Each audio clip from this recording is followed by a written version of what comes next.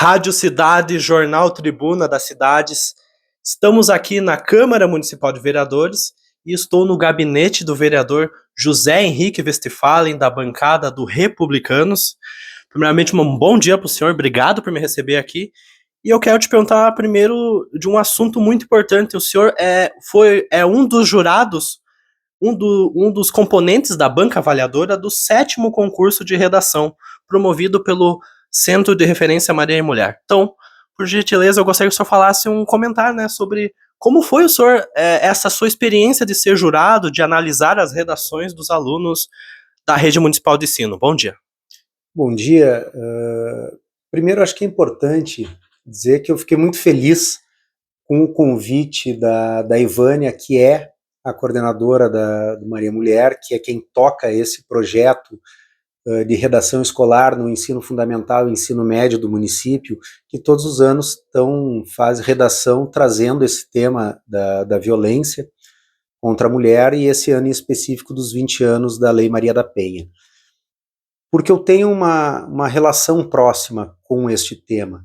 Quando eu estava na Cidusa, eu identifiquei entre as funcionárias da Cidusa casos de abuso, de violência física e psicológica, e nós criamos dentro da Cidusa um programa de apoio para as funcionárias da Cidusa, né, muito em parceria com o município, parceria com os órgãos do judiciário, da delegacia, e fruto deste programa, desta experiência dentro da Cidusa, eu escrevi um livro sobre o tema que foi publicado numa feira do livro, umas 2, 3 feiras do livro atrás aqui em Cruz Alta, um pequeno livro, um livreto sobre esse tema, sobre a origem histórica e toda uma contextualização sobre essa questão da violência à mulher.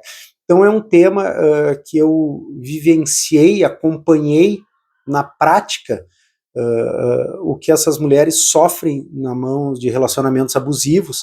Então, quando a Ivânia convidou para participar desse concurso de redação, eu fiquei muito entusiasmado. E é muito bacana a gente ver os alunos, né, dissertando, escrevendo sobre esse tema, e ali a gente percebeu redações que eram mais informativas, mais técnicas, que mais falavam da lei, mas muito bem escritas. Outras iam para um lado mais poético, contavam uma história, tinham redações realmente muito boas, muito bem escritas, né? Até nós temos uma professora do município em que praticamente todas as redações dos alunos dela estavam muito boas, né? Então isso mostra que é uma professora que realmente se dedicou, né, com os alunos. Mas eu também fui extremamente impactado porque algumas daquelas redações traziam relatos de vida, relatos verídicos, de uma forma muito crua e verdadeira, né, de crianças que sofreram abusos ou presenciaram abusos de violência contra a sua mãe, dentro de casa, de terem sido inclusive retiradas do lar. Algumas dessas que escreveram a relação, inclusive, já tiveram o suporte do próprio município no acolhimento, no encaminhamento. Então, além do fato de ver a qualidade da redação dos nossos alunos do município, ver essa realidade que ainda ocorre dentro das famílias de uma maneira tão verdadeira, escrito por uma criança. Né? Nós estamos falando de ensino médio e ensino fundamental, de crianças aí com no máximo aí 14 anos, 12, 13, 14 anos, por aí, até menos que isso. Então isso impacta, né? E aí, inclusive, eu como vereador, subprocurador da mulher dentro da Câmara, tem um impacto ainda maior, porque a gente se sente na obrigação, porque é o nosso dever também, de estar olhando e pensando em políticas públicas de como integrar melhor os órgãos de proteção, de como que o município, que o legislativo, que o judiciário pode estar ampliando a rede de proteção e as conscientizações para que isso não aconteça. Então, foi uma experiência, ao mesmo tempo, feliz, por ver a qualidade das redações, né? Foram inúmeras, dezenas de redações que a gente avaliou e pôde ler, mas também um misto de preocupação e até um choque em ver aquela realidade numa folha de papel. Uhum.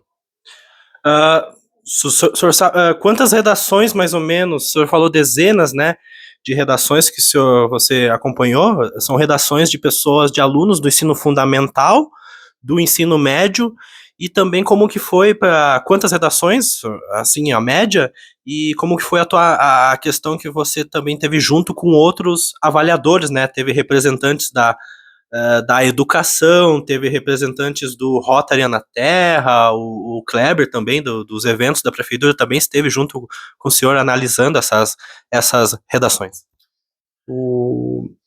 As redações foram mais de 2, 3 centenas de redações, onde as escolas fizeram uma triagem inicial, né, das redações. Elas tinham critérios, então primeiro se avaliou se cumpriu o critério, depois se teve uma avaliação de gramática, então as pré-selecionadas, então cada escola pré-selecionou algumas redações e enviou então essas que passaram por esse crivo para avaliação dos jurados.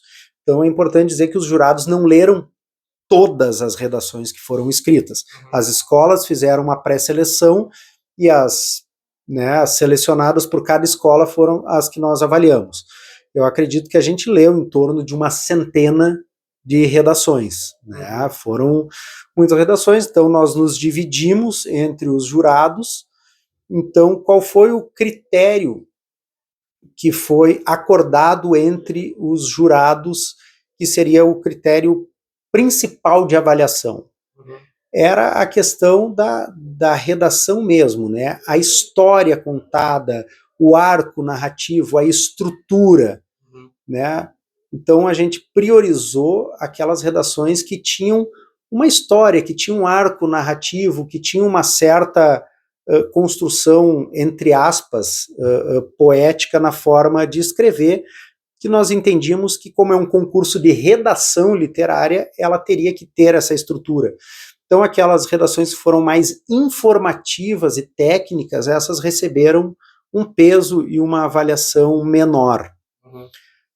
Em determinado momento, algumas redações que não eram tão estruturadas ou não eram tão poéticas e eram mais de relatos frios e crus da realidade, elas não seriam levadas em consideração, e eu ponderei que, embora elas não atendessem o critério de uma redação estruturada, de uma redação literária, mas pela veracidade, né, dos fatos, eu achava importante que os jurados considerassem e incluíssem algumas redações com essa estrutura, justamente porque, além de ser um concurso de redação, é importante publicizar, é importante que o público tenha o contato com essa realidade, porque muitas vezes a gente vê na televisão, vê em entrevistas sobre o caso de violência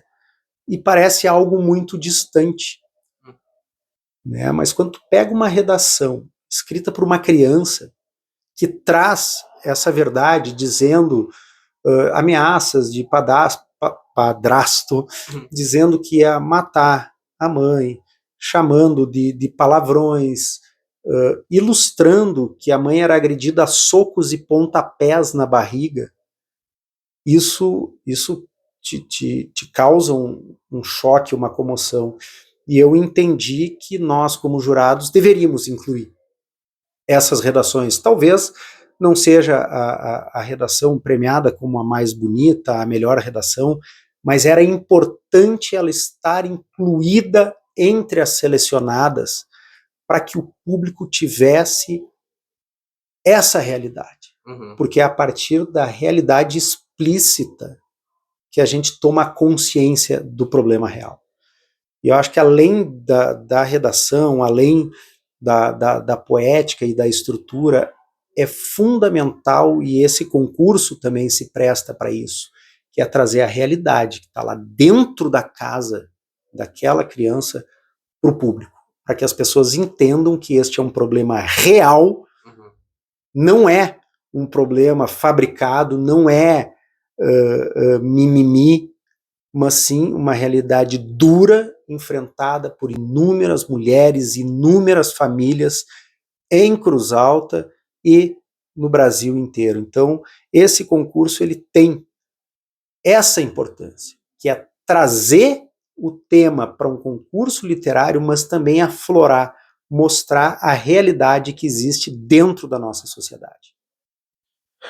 Vereador, também quero, assim, que o senhor comente que ano que foi que o senhor estava na administração, né, da Cidusa, que foi implantado este programa que o senhor relatou referente à questão da proteção da mulher, quando o senhor falou inicialmente essa fala, que ano que foi e como que está sendo, não sei se após a sua saída da Cidusa, não sei se ainda continua, como que está sendo?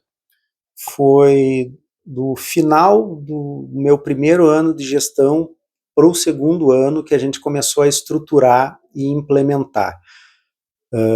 Eu lembro, obviamente não vou citar nomes, uma das funcionárias veio à minha sala para conversar comigo, numa situação muito fragilizada, e ela teve a coragem de me relatar o que estava acontecendo na vida dela, dentro da casa dela, e ela estava completamente desamparada, não sabia o que fazer, e na hora, isso eu não me lembrava, foi ela que me relatou isso um tempo depois. Na hora eu abri a minha carteira, eu puxei um dinheiro que eu tinha e disse, olha, tu não vai voltar para casa hoje, pega esse dinheiro e vai para um hotel. Para ela não retornar para casa. Mas eu fiz isso de uma forma completamente automática e espontânea. Sim. Tanto que eu nem lembrava que eu havia feito esse gesto. Ela que me lembrou anos mais tarde. E a partir disso, eu comecei a observar. E comecei a ver um detalhe importante. Eu tinha um número grande de faltas de mulheres que não iam trabalhar. Ao primeiro momento, todo mundo diz, preguiçosa, não quer trabalhar, não sei o que. Não, mas espera aí. Tem que ter uma causa por trás de tantas faltas. E eu comecei a investigar essas faltas. Né? O que motivava?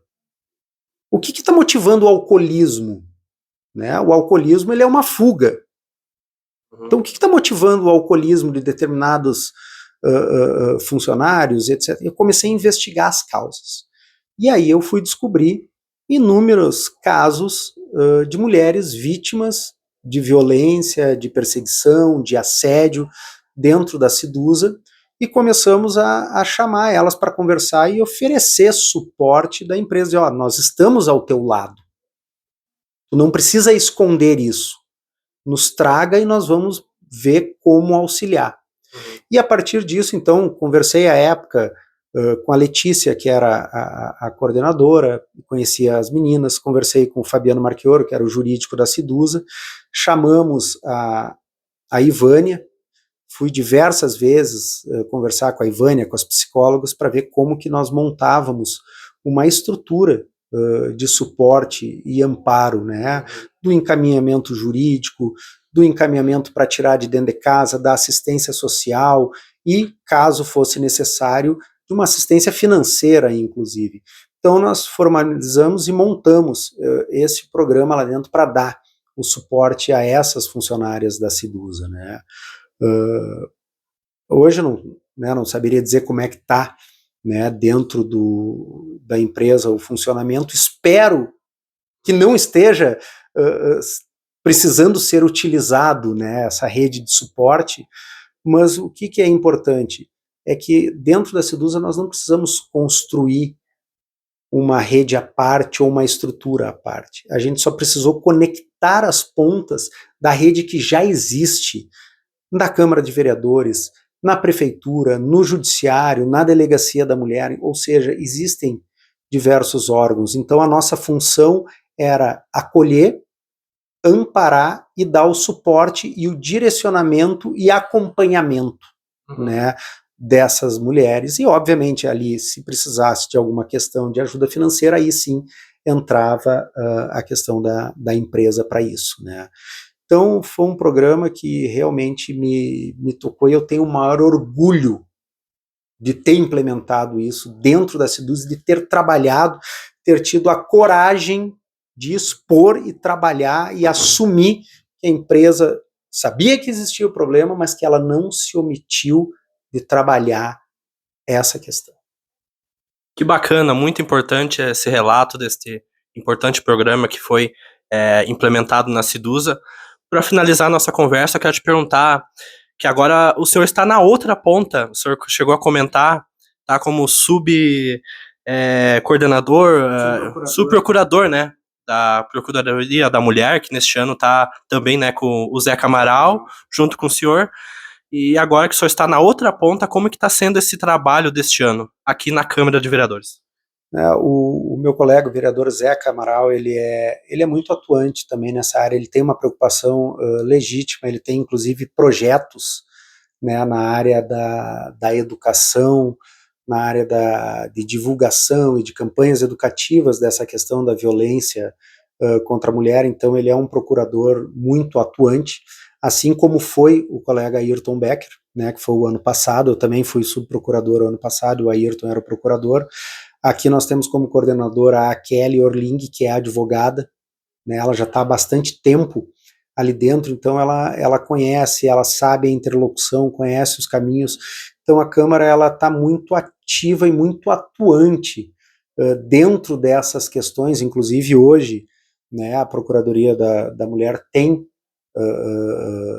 fala junto a estes órgãos de controle, justamente porque o Legislativo ele é peça importante nesse elo entre sociedade e poder público. Então eu vejo da importância também de nós como Câmara, nós como poder público, ter este olhar de como fazer essa interlocução e facilitar. Porque muitas vezes as pessoas elas não têm a consciência de que caminhos e como fazer para poder ter o seu direito e a sua vida, né, preservada e resgatada. Então o papel da Procuradoria da Câmara ele é muito mais, ele é informativo e de suporte, né.